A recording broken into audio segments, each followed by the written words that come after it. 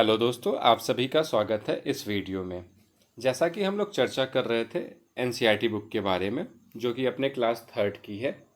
NCERT book को इसलिए पढ़ रहे हैं क्योंकि जो अपना सीटेट का पैटर्न है वो पूरा एनसीईआरटी बेस्ड है और वो एनसीईआरटी के बुक से ही क्वेश्चन पूछता है। अगर हम लोग क्लास थर्ड फोर्थ फिफ्थ की एनसीईआरटी की बुक पढ़ ले ईवीएस की, तो जो अपना ईवीएस है प्राइमरी लेवल का वो आराम से क्लियर हो जाएगा, क्योंकि इसमें जो अपने पैडागॉजिकल टर्म है वो भी कवर हो जाता है। हमने लास्ट वीडियो में चैप्टर नंबर 12 तक कवर किया था। आज जो स्टार्ट करेंगे वो चैप्टर नंबर 13 से स्टार्ट करेंगे। तो नमस्कार दोस्तों, मेरा नाम है विशाल। आप देख रहे हैं सक्षम एकेडमी आजमगढ़। तो चलिए आगे बढ़ते हैं अपने चैप्टर नंबर 13 पे। चैप्टर नंबर 13 क्या है? छूकर देखिए। ये चैप्टर नंबर 13 बताता है कि जो बच्चे अंधे होते हैं या जो देख नहीं सकते हैं वो किस तरीके से पढ़ते हैं। तो वो छूकर पढ़ते हैं, जिसको बेल कहा जाता है। बेल लिपि बोली जाती है। तो चलिए आगे बढ़ते हैं, देखते हैं इसमें क्या दिया गया है। यहाँ पे एक चित्र दिया गया है जिसमें एक अंधा बालक बैठा हुआ है और वह पढ़ रहा है। अपने उंगलियों के सहारे से छू छू कर पढ़ रहा है, वही दिखाया गया है।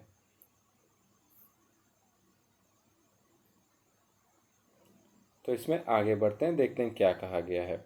यहाँ पे एक टर्म दिया गया है, भैया जब घर के बाहर जाते हैं तब एक सफ़ेद छड़ी ले जाते हैं। किस कलर की छड़ी होती है? तो सफ़ेद कलर की। चलिए आगे बढ़ते हैं और देखते हैं कि आगे क्या दिया गया है। एक यहाँ पे पैडागॉजिकल टर्म है, उसको समझते हैं कि वो क्या है। यहाँ पे लिखा गया, कहानियों में बच्चे रुचि लेते हैं तथा कहानियों के पात्रों की मदद से संवेदनशीलता पैदा की जा सकती है। इसका मतलब यह है कि जो छोटे बच्चे होते हैं वो कहानी में रुचि लेते हैं और कहानी के माध्यम से पढ़ना पसंद करते हैं। जैसे कहानी हो गई, पहेली हो गया, चुटकुला हो गया, ये सब बच्चों को काफ़ी रोचक लगता है और वह इसी तरीके से पढ़ना चाहते हैं। जो कहानी जो होती है वह बच्चों को रोचक लगती है, बच्चे आनंद से उसको पढ़ते हैं और समझते हैं। कहानी में क्या करना चाहिए? बच्चों को मौका देना चाहिए, उनको अवसर प्रदान करना चाहिए कि कहानी में जो पात्र है वो खुद बन सके। जैसे कि अगर कहानी में कोई हाथी बना है तो कोई बच्चा उसमें हाथी बन जाए, कोई अगर घोड़ा बना है तो कोई बच्चा उसमें से घोड़ा बन जाए। तो जब उनको खुद करने का मौका दिया जाएगा तो वो उस चीज़ को और अच्छे तरीके से समझ जाएंगे। तो चलिए आगे बढ़ते हैं और देखते हैं कि आगे क्या दिया गया है। आगे एक पैडागॉजिकल टर्म और दिया है, इसे समझते हैं कि ये क्या है। स्वयं को किसी और की परिस्थिति में रखने से हम उनकी समस्याओं को बेहतर समझ पाते हैं। इसका मतलब यह है कि हम स्वयं को अगर किसी और की परिस्थिति में ढालें या रखें तो उनकी जो दिक्कतें हैं, उनकी जो परेशानियां हैं, उनकी जो प्रॉब्लम्स है, वो हम अपने आप समझ जाएंगे। वही इसमें बताया गया है कि जैसे कह नहीं देते हैं कि मैं तुम्हारी प्रॉब्लम को समझ रहा हूँ, जिस परिस्थिति में तुम हो उस चीज़ से हम गुजर चुके हैं, ऐसा कुछ। तो अगर हम किसी की परिस्थिति में अपने आप को ढालेंगे तो उनकी चीज़ों को समझने में हमें आसानी होगी। चलिए अब आगे बढ़ते हैं, आगे क्या दिया गया उसको देखते हैं। यहाँ पे एक टर्म दिया हुआ, उसको भी देखते हैं। जो लोग देख नहीं सकते हैं उनके पढ़ने का एक खास तरीका होता है जिसे बेल कहते हैं। वैसे इसे बेल लिपि कहते हैं, पर यहाँ पे सिर्फ बेल लिखा हुआ है। बेल लिपि क्या होती है? मोटे कागज होते हैं उभरे हुए, जैसे किसी नोकीले चीज़ से पिन किया जाता है तो दूसरे पार्ट पे उभरा उभरा सा नहीं हो जाता, उस तरीके से उभरा हुआ होता है और इसको छू कर पढ़ा जाता है। और इसमें 6 बिंदु होते हैं। यह क्वेश्चन पूछा गया है, कई बार पूछा गया है कि बेल लिपि में कितने बिंदु होते हैं? तो 6 बिंदु होते हैं और इसे छू कर पढ़ा जाता है। लिपि का किसने आविष्कार किया था? तो लुइस बेल ने किया था। ये सब क्वेश्चन पूछे जाते हैं। चलिए इसमें देखते हैं आगे क्या लिखा हुआ। बेल एक मोटे कागज पर एक नुकीले औजार से बिंदु बनाकर लिखा जाता है। बेल कागज पर हाथ फेर कर पढ़ा जाता है, जैसा कि अभी मैंने बताया कि इसको छू कर पढ़ा जाता है। चलिए अब आगे देखते हैं क्या है। आगे देखते हैं क्या लिखा हुआ है।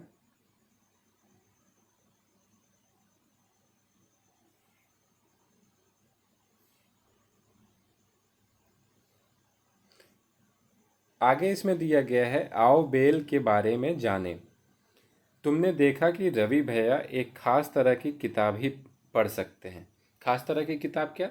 वो अंधे बालकों के लिए ही बना है, जिसमें बेल लिपि का प्रयोग किया गया। उसमें उभरे उभरे अक्षर होते हैं जिसे हम छू कर पढ़ सकते हैं।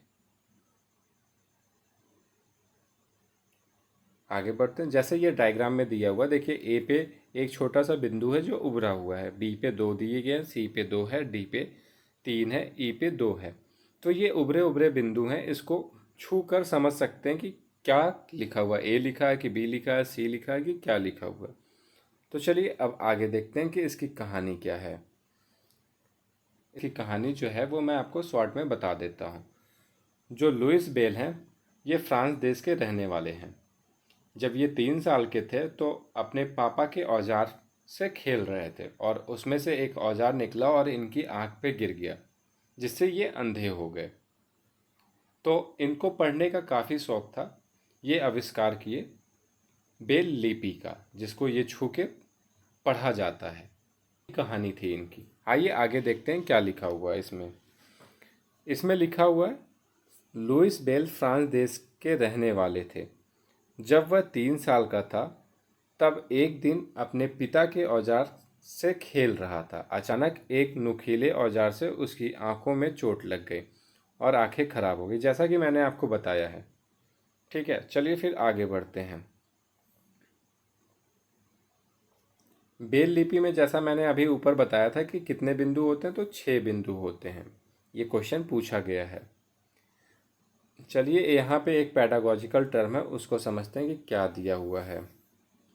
पैडागॉजिकल टर्म जो है, बच्चे बेल लिपि को देखेंगे तो बेहतर ढंग से समझ पाएंगे। बेल लिपि की जानकारी देते समय बच्चों को वास्तविक बेल शीट दिखाना अच्छा रहेगा। किसी चीज़ को बताने से अच्छा है उसको दिखा कर किया जाए। बच्चे जब उस चीज़ को देखेंगे, टच करेंगे, तो उनको और अच्छे तरीके से समझ में आएगा। ऐसे मुंह से बता देने से उतना समझ में नहीं आता, जितना बच्चे उसको देखेंगे, करके देखेंगे, छू के देखेंगे, उनको ज़्यादा समझ में आएगा। वही इसमें लिखा गया है। चलिए आगे बढ़ते हैं। तो आगे कुछ नहीं है, ये चैप्टर यहीं पे ख़त्म होता है। अब चैप्टर नंबर 14 से स्टार्ट करेंगे। अपना चैप्टर नंबर 14 स्टार्ट करते हैं। चैप्टर नंबर 14 का जो टॉपिक है, कहाँ से आया किसने पकाया, ये भी काफ़ी इम्पोर्टेंट चैप्टर है, तो इसको देखते हैं। तो इसमें 2 तरफ चित्र दिखाया गया, एक लेफ़्ट एक राइट। 2 परिवारों को दिखाया गया है, जिसमें एक परिवार में मिलजुल के काम कर रहे हैं, दूसरे परिवार जो है अपना दाहिने साइड वाला परिवार है, राइट साइड का, उसमें सिर्फ औरतें काम कर रही हैं। आप इमेज में बहुत अच्छे तरीके से देख सकते हैं, जो लेफ़्ट वाला है उसमें मिलजुल के काम हो रहा है, और राइट वाले इमेज में जो दिखाया गया उसमें सिर्फ औरतें या लड़कियां काम कर रही हैं। बेसिकली ये जेंडर विषमता की बात करता है, जिसे जेंडर रूढ़िवादिता भी कहते हैं।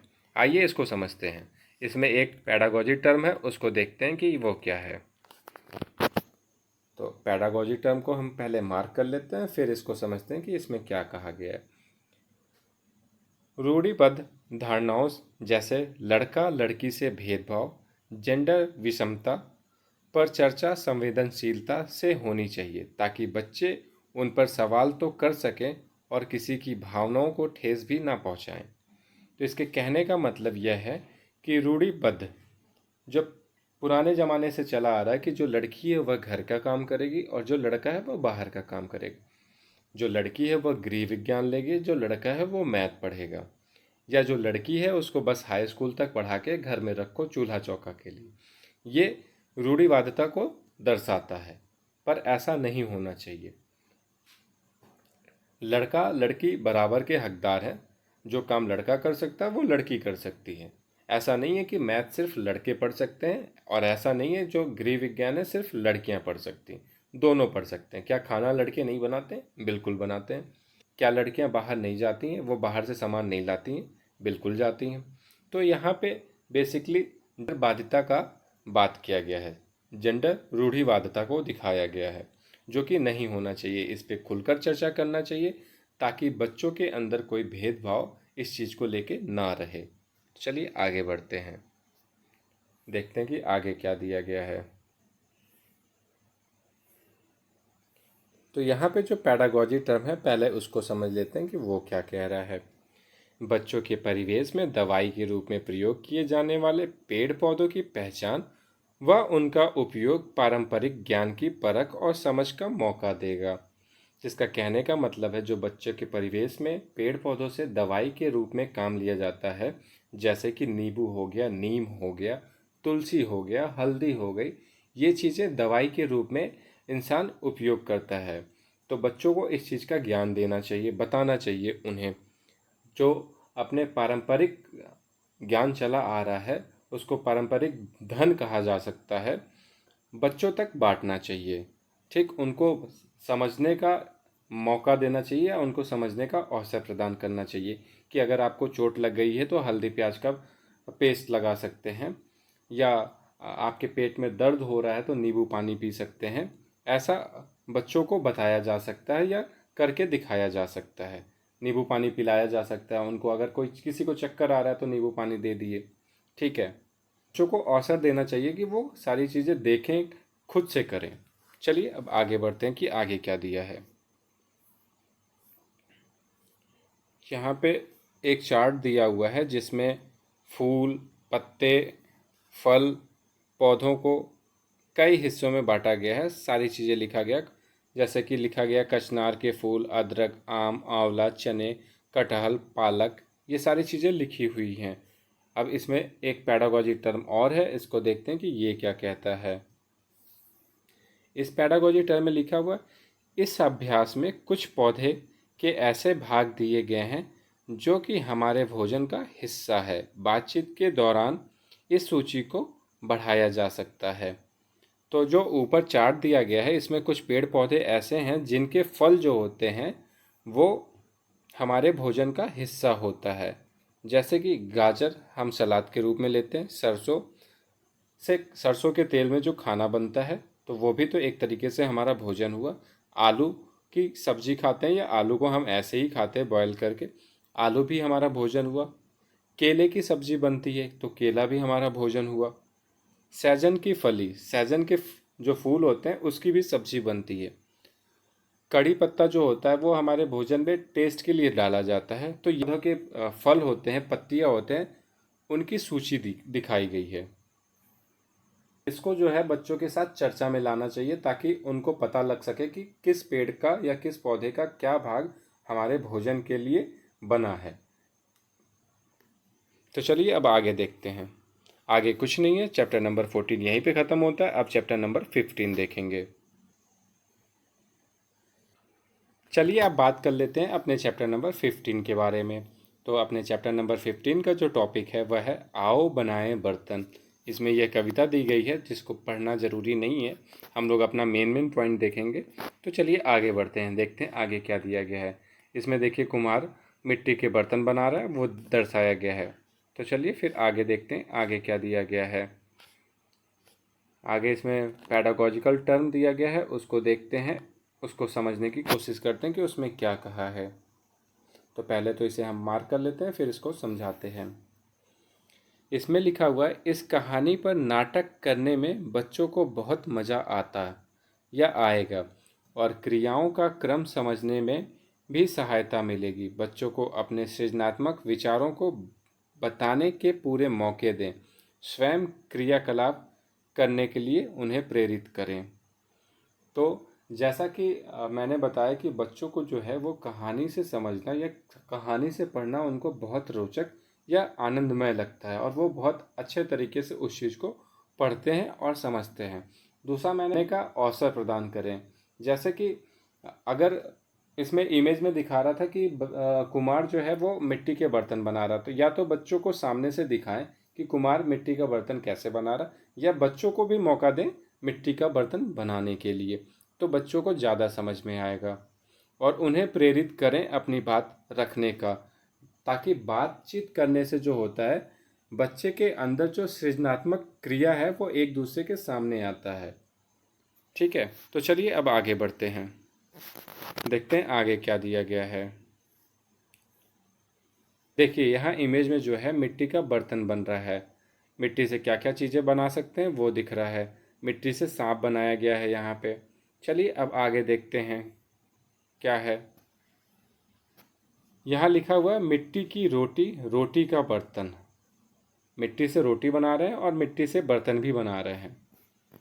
अब चलिए आगे बढ़ते हैं। एक पैडागॉजी टर्म यहाँ है, उसको समझते हैं।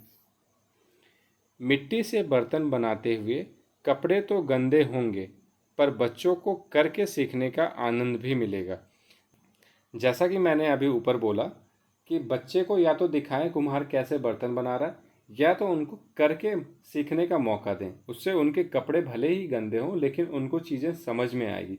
उनको अच्छा भी लगेगा कि वो कोई चीज़ करके समझ रहे हैं। ठीक है, यही इसमें कहा गया है। चलिए अब आगे बढ़ते हैं। आगे देखते हैं क्या कहा गया है। एक यहाँ पे टर्म है, इसको देखते हैं कि ये क्या है। इसमें लिखा हुआ है, जानते हो, बहुत बहुत बहुत साल पहले एक समय ऐसा था जब लोगों के पास बर्तन ही नहीं थे, पर लोगों को खाने पीने की चीज़ों को पकाने और सामान रखने के लिए बर्तन की ज़रूरत पड़ने लगी। बहुत कोशिश करने और दिमाग लगाने के बाद लोग बर्तन बनाना सीख गए। शुरू में बनाए गए बर्तन पत्थर और मिट्टी के थे।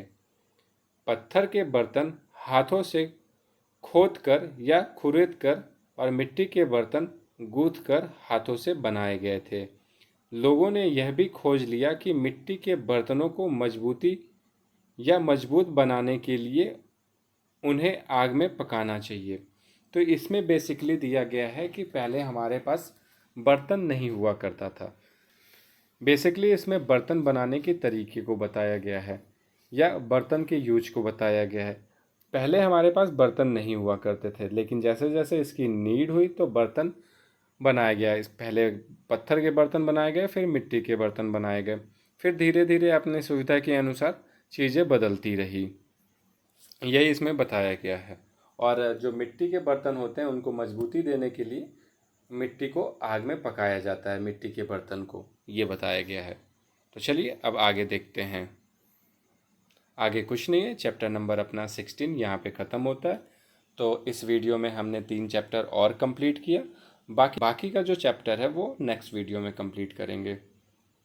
तो ये रहा अपना चैप्टर नंबर 15। अब बाकी का वीडियो जो है वो नेक्स्ट वीडियो में कवर करेंगे। तो अगर आपको ये वीडियो अच्छी लगी हो तो लाइक करें, शेयर करें, कमेंट करें, और हाँ, चैनल को सब्सक्राइब करना ना भूलें। Thank you.